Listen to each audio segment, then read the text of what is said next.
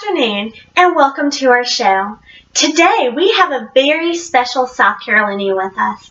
In fact, it's our 7th President of the United States, Mr. Andrew Jackson. Thank you so much for having me.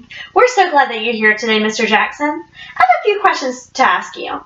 First, why did you become president? Why did you decide that? Well, I was very popular during the war. Some even called me a hero. Everyone kept telling me that I would be a great president because I was such a good leader. So I spent some time thinking about it, and I decided that I would give it a shot because I did have many great ideas for our country. Well, I can speak for our audience and all of our viewers here and say that we are so glad that you gave it a shot. So, how did you win your presidency? I kept going. Even though I lost the first time, I didn't let it get me down. The next presidency race, I won most of Virginia, New York, and most of the West, which helped me secure the win.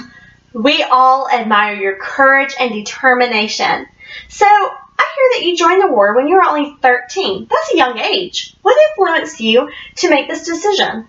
My older brother Hugh died at the Battle of Stone Ferry, so I decided that I would join the local military. Okay, well, that's a very good choice.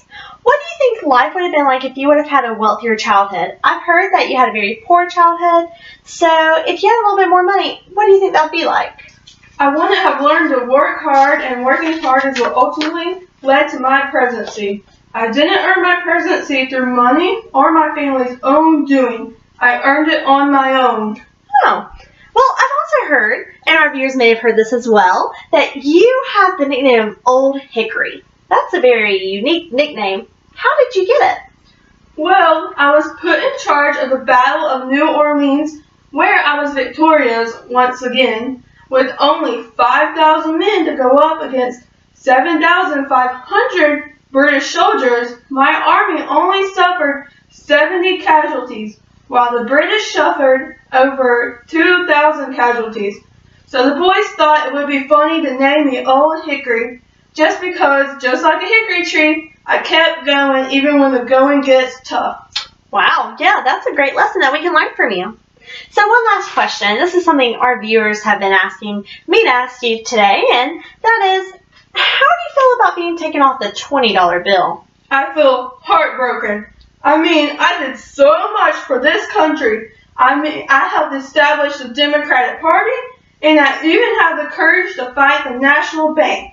But I guess that wasn't enough for my face to be on one $20 bill. I know I made some mistakes as president, but I just feel like that is a little harsh. Wow, well, obviously that is a sensitive topic for Mr. Jackson.